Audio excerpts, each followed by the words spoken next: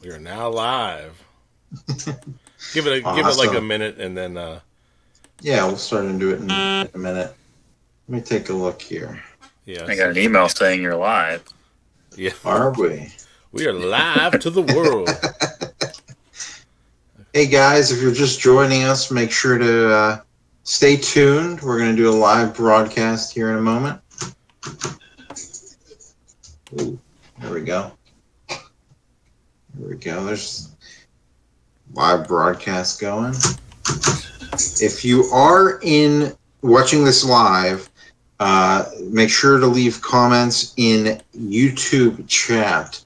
You can actually participate with us if you have questions, if there's anything you'd like to say or ask of us. We are here to do your bidding. I mean, there are things that we won't do, but we won't. They're pretty common sense. Let's see. We got 8 people watching us now. Jeez, that was quick. Yeah. There we go. I just put it out on Facebook. So if you want to go ahead and get started, Brian, we're ready to go. All right. Sounds good. Hey, guys. Welcome to Disc Golf Examiner. Today, I'm Brian, by the way. I'm joined by Jeff, who is the very small box right now. He's taking a sip of his drink there. And we're joined by the Director of Membership of the Pittsburgh Flying Disc Society, Chris Lachendro. Chris, how are you doing today? I'm doing pretty good. Awesome. It's good to have you here. It's good to talk with you. And so we have a lot of stuff to discuss. I just want to keep in mind that we have people live, so we might have some additional questions. Actually, right now I'm looking here. Brian Bowman's on. He's saying, what up? Chris, those games look sweet in the background. Yeah, that's some of my board games. And my other hobby. We have Eddie Gone saying sup. And, oh, geez. Brian's asking us to tell him about the ace. He was there. That's all he needs to. He was there. Yeah, get down to business first. Let's hear exactly how it went in.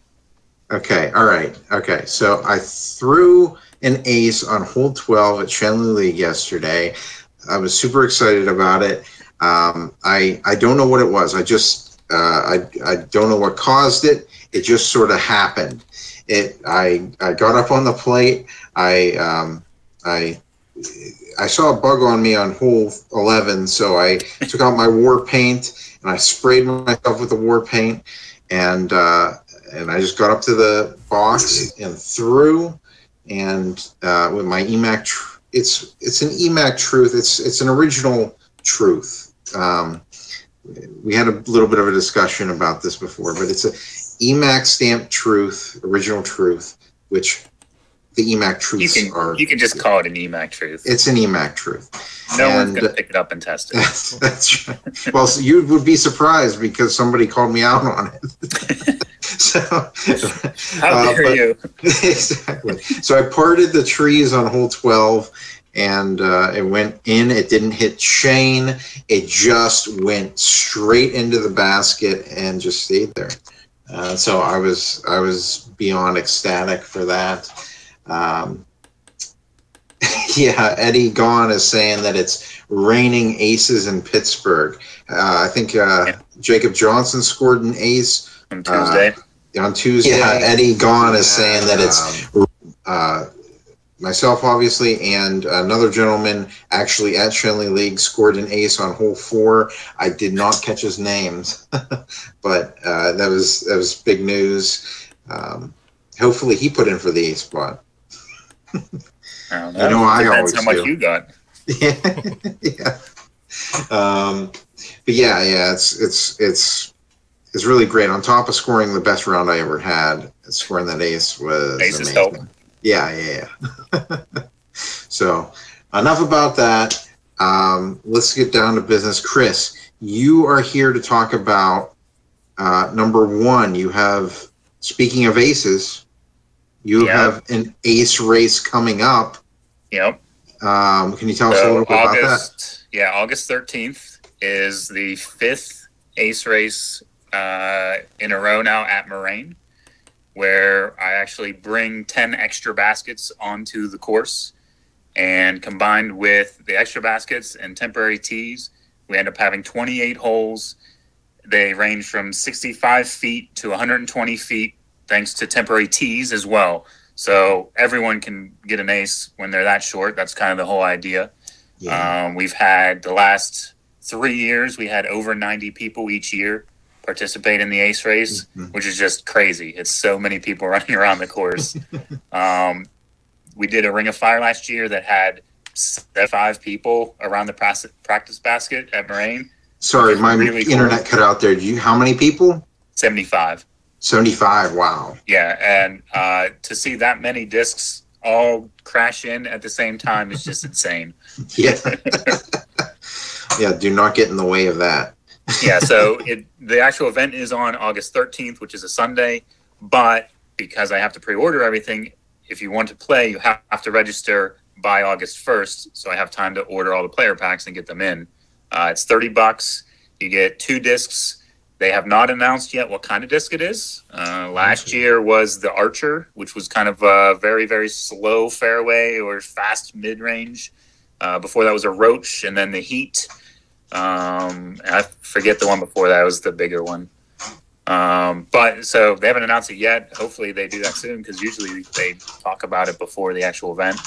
They're also doing shirts this year and a Buzz Mini, the full-size Buzz Minis. So it's pretty good for $30. It's not too bad of a deal. Hey, yeah, that's a lot of gear. Then there's prizes. First place gets a bag and 10 or 11 discs for winning. Wow. And then after that, I hand out, I think last year I handed out, it was probably 60 plus discs in prize, plus all the stuff in the prize box, various towels and shirts and water bottles, that kind of stuff. And on top of that, we have water and Gatorade and donuts and stuff for people to enjoy while they're there.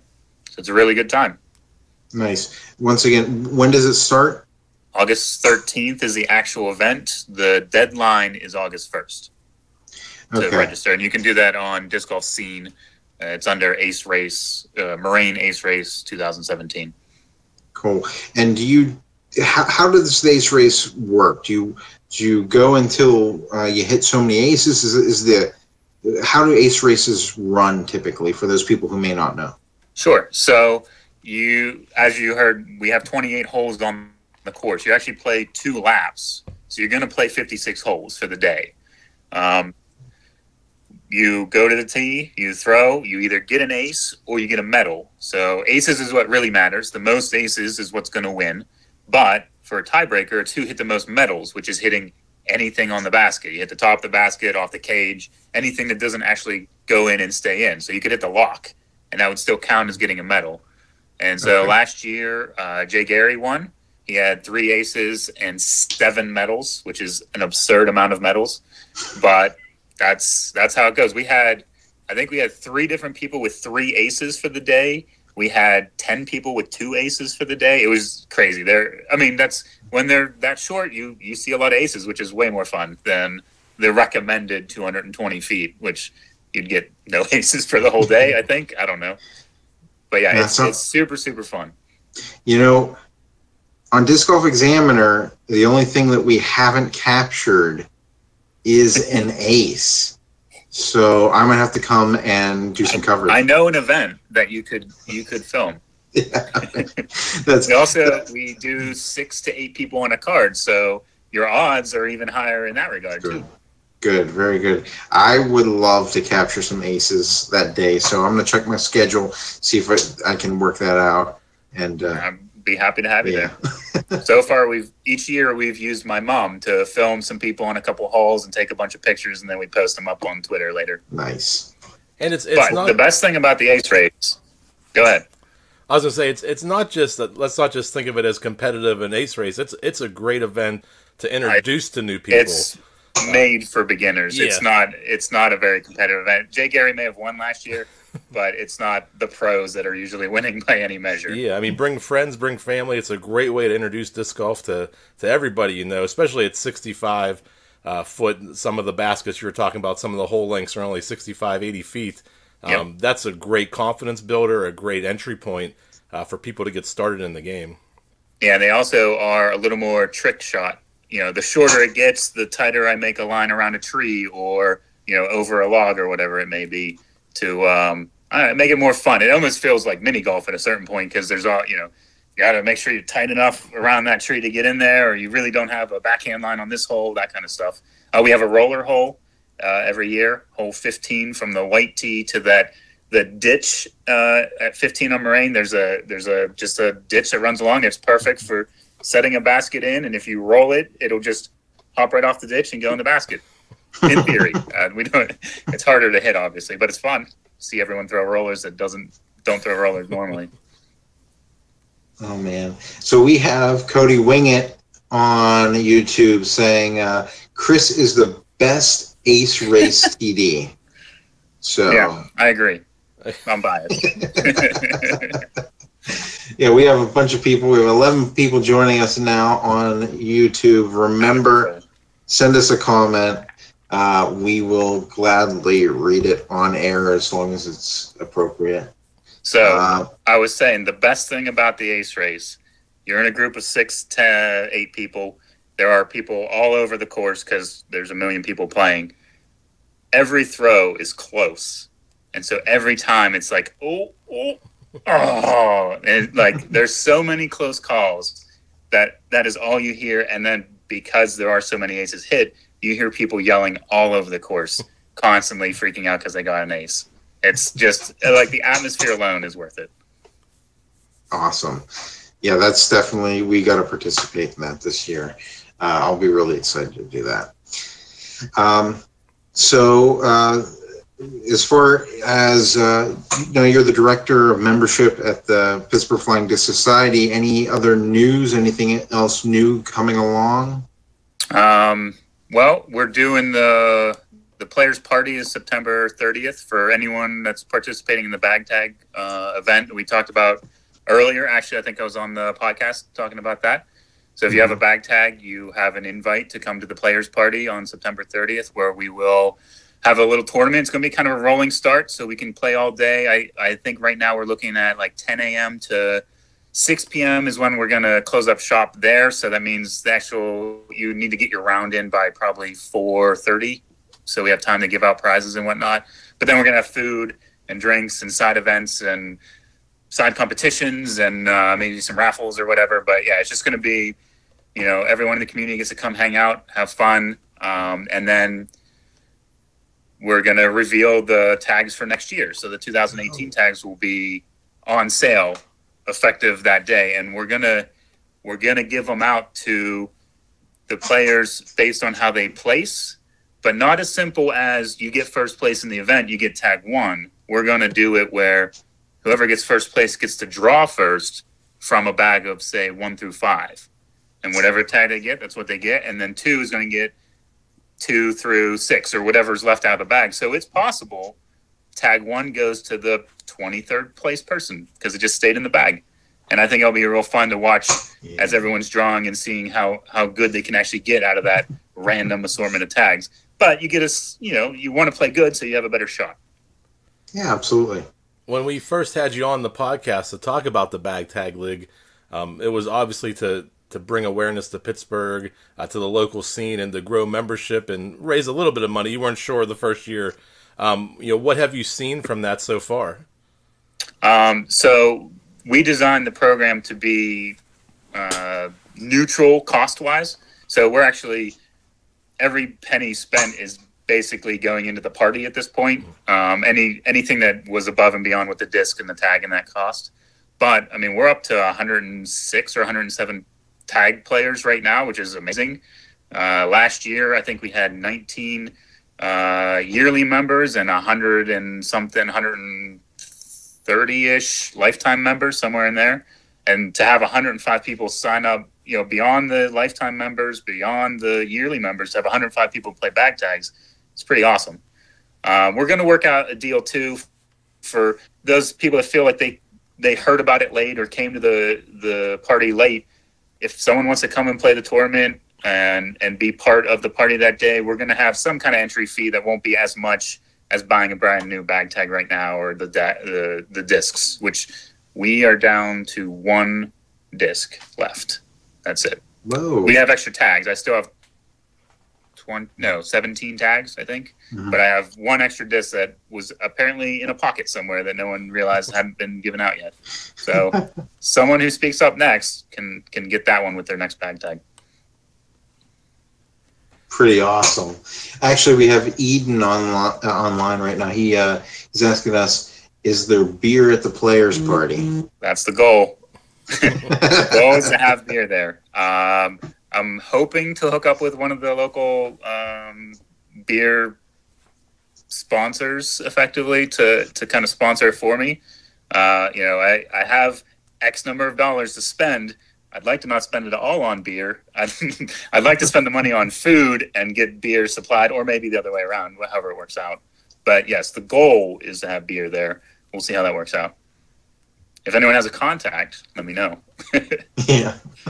If they do need to get in touch with you, how can they get in touch with you? So I'm through email. It's just discgolf@zoominternet.net. Ooh, I think Chris might have frozen. What's that?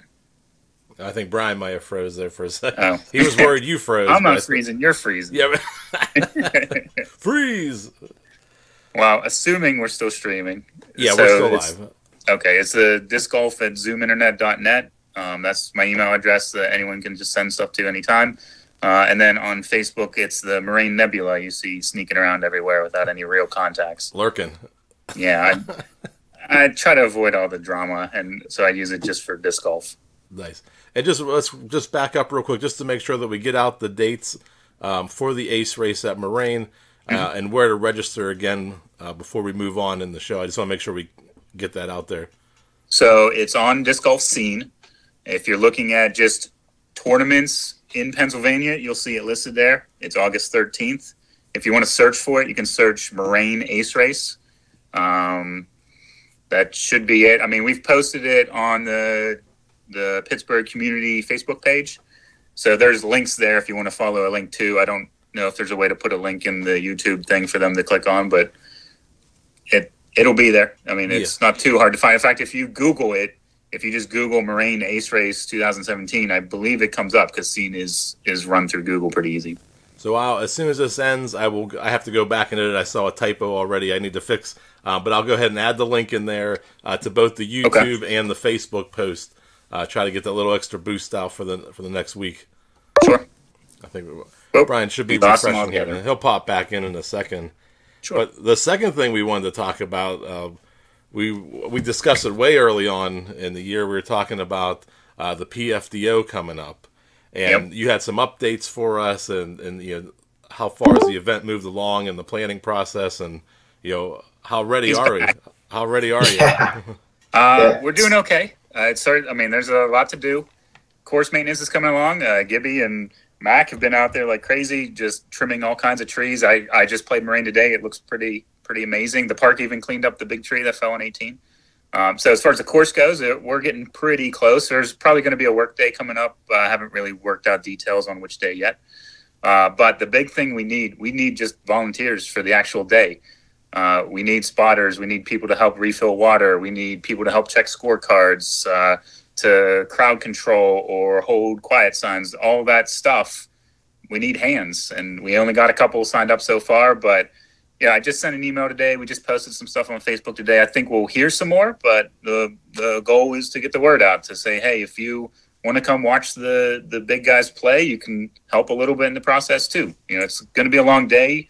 If you want to come and work and help for half a day, that's fine. Just drop me an email, the discgolf@zoominternet.net, and I'm gonna gather everyone's name, and if they have a preference on what they want to do, that's fine. And then when we get a little closer and we finally hammer out, we want exactly 8 spotters, or we need 15 people getting water. Like then I can kind of give out duties based on who's who's signed up early. Okay. Yeah, and that's something that's great because you get a chance to kind of like see the pros up close and really get to meet all the great players that we have coming in for this NT. Yeah, they're up to, I think, upper 70s, maybe 80 right now. I probably should have loaded that page before hopping on here and see what the head count is. Yeah, you know what? Let me check myself. I'm going to check right now. You guys go ahead and do your thing. Yeah, so, anyone who is willing or able to help, just drop me a line and we'll get it organized from there. Any amount of help is going to be good. We need everything we can get. And you said there's a work day coming up, but not scheduled. Haven't figured out a day yet. We're hoping to do, it's going to be either the last weekend of July or that first week of August. I think that's, 5th and 6th then would be the first weekend in August. So we're working on it. We'll announce it on the Facebook and whatnot. Okay. Is there anything people can do, outside of that? Are there any volunteers needed for, the back end stuff or any kind of other preparation that you don't even think about? Not that I know of yet. Okay. The most of the stuff now is making sure we get all the funding up and done and handled so that we can hand out the prizes that we want to hand out, and then getting the course ready. That's where all the real effort early on kind of goes into that stuff. Okay. Making sure the course looks as good as it can. Okay. Which is easy because it's Moraine and it already looks good. Yeah, it's very well maintained. Yeah. Yeah, it looks like we have a number of very well-known pros already registered. 78 in total. Okay. It's amazing. You're talking about, Eagle McMahon. We have Paul Macbeth, obviously. Paul Ulibarri, Simon Lassot. We have, our friend Jay Ray's going to be there. Looks like Cam Todd, Chris Warfield, who we covered at the Ironwood. The local pros will be there. Yeah, Nate Sexton. And Ricky Wysocki will be there as well. And I've heard of him. Yeah. He's been around. And then that's just the open players, but we also have Masters Division. Right now, looks like we have some great players in the Open Women as well. Katrina Allen. Really some great players signed up. Madison Walker. Fantastic. Yeah. Yep. Yeah, it should be pretty awesome. We're going to have probably a couple film crews running around as well, so everyone will be able to catch up and follow from work or whatever. Oh, look, we got Holly Finley, Paige Pierce. This is fantastic. Katrina Allen, if I hadn't mentioned her before. Yeah, you can play twice. It's okay. Yeah, Hannah Leatherman. Yeah, fantastic. That's a really great division. We have the top pros coming to Pittsburgh for the PFDO this year. That's going to be really exciting, and that's your chance to help out is to volunteer. Yeah, we've never really done tea time stuff before as one of our big tournaments. You've always done shotgun start. Even when we did Worlds, it was shotgun start everywhere we went. So it'll be kind of cool to see one round a day, but set tea times going along. So if you want, you can effectively follow all kinds of people. Yeah, it's going to be a great time. I know we're going to provide some sort of coverage from it. I'm not exactly sure what we're going to do yet. We still have to work out the details. I hear Jomez is going to be there. Yep. It's going to be a big event. There's going to be the cash prizes are pretty high, I believe, from what I was talking to Pat about. So. That's the goal. Yeah. I don't know numbers yet. That's his. I'm not sure. But yeah, it's definitely something we should get Pat on to talk about. everything going on with PFDO, and that should be really exciting. Let me see who else we have here. We have, let's see, we have Eden saying to bring the tags to Sunday devotional if possible. People were looking last week for the bag tags. So I don't think I'm making it this Sunday, but Rozier has a few. If he doesn't have a tournament this weekend, I don't know if he's playing a tournament this weekend or if he'll be at Sunday devotional. If not, we may have to find another way. I don't know. If someone's coming from Butler, I can hand them off too if that works out somehow. Cool. I'll go poke some people and see what I can find out. See if I can find an extra way to get them down there. We have Mackie D, our boy Mackie D, saying, "Chris, you still need another basket?" ? I have a marksman. Yeah, he says he has a marksman if you need it. I don't want a marksman. But I think I'm down. I only need, I think, one right now. But I'd like to get it to be a single chain, normal basket, I guess is the way to phrase it. Like I don't want to use a bullseye one because the aces are hard to hit already. Yeah, the marksman's a more narrow type of basket. Yeah, that's the chain one or the narrow chain one. But yeah, I think I have 9 already lined up. So I'll find one. I'm not going crazy yet. Yeah, he actually says he's going to sign up in a day or two. So that's Mackie D. August 1st is the deadline, so a day or two is plenty of time. Yeah. So far, have you had any luck with registration? I think we're at 11, 10. 11. It's not very high right now, which is trying to get the word out a little bit here. Competition is not tough right now. You got to sign up. Oh, hey, I'm sorry, Chris. That's all right. I haven't won one yet. I've played in one every year now for 8 years. I haven't won one yet. Almost. Robin White beat me once. We tied, and he beat me in a shootout. You better watch it. Robin hit an ace this week too. He hit it on Sunday. So, you're gonna have to really step it up. Well, we'll make sure we get. I'd like to win one. We're gonna get the dates and the details in the notes for this video on YouTube. We'll also have it on Disc Golf Examiner on the Facebook post, and then we're also gonna post the event again. We'll do that either tonight or tomorrow morning, just to post a link to the event and get it, and really get it out in the area locally. Yeah, that'd be awesome. I'll tag that post too, just so people can see who I really am. Yeah. Anything else we need to talk about before we sign off tonight? Any other questions? I have. Any other questions? Anybody? I'll answer questions. Anybody online? Toss us a question. I know we got 11 people watching. That means we got 11 questions. It's like 10:30. They should be asleep. That's right. It's okay. If you're asleep and you just want us to serenade you, that's fine. We can do that. There's no serenading.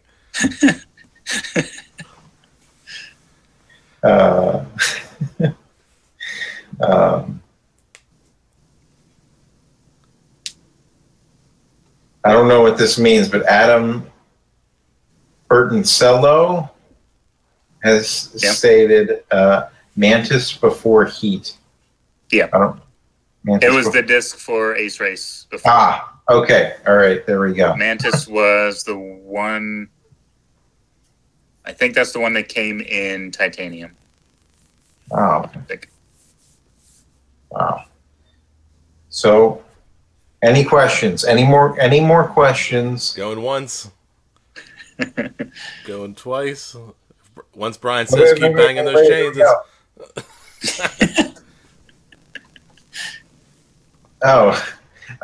Andrew Ryan said, "Are there volunteers needed for the course going in at North Boundary?"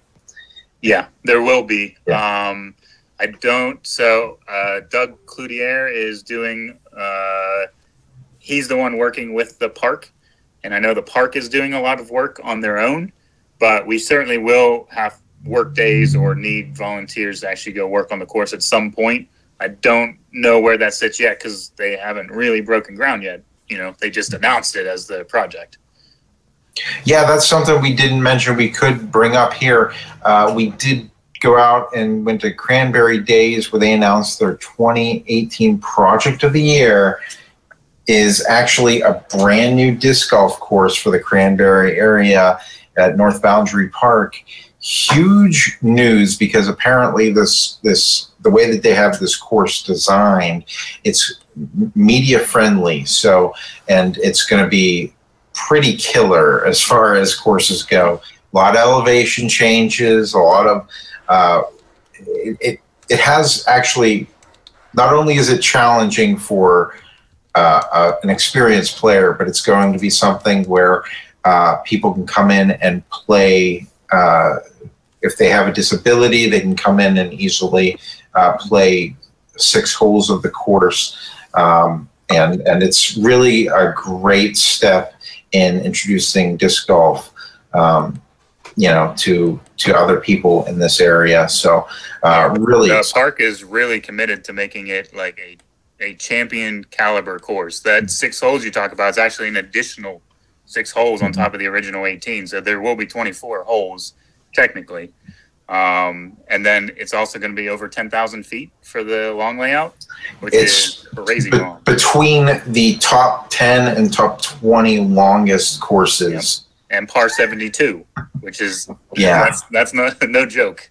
No, it is not. No, that's going to be something to behold whenever it's around here. I can't wait to see what it's going to play like and what that's going to be like.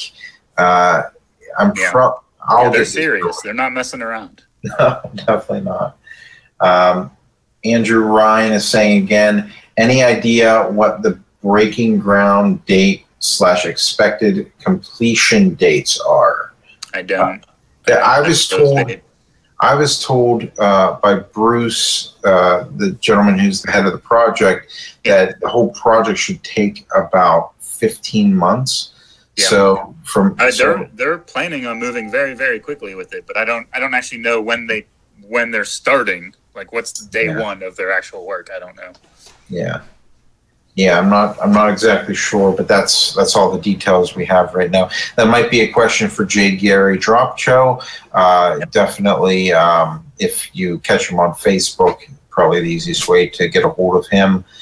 But any other questions? Anything else? Going once. Going twice. All right, there we go. All right, well, we'll end it there for tonight, guys. Thank you so much for joining us for Disc Golf Examiner. Jeff, thanks for helping out today, too. Really appreciate it. I know you had a busy day. And Chris, thank you so much for joining us. Thanks for the time. Yeah, absolutely. Adam, I noticed that you're mentioning something. No, here we have Andrew. P.F.D.O. NT next year, question mark?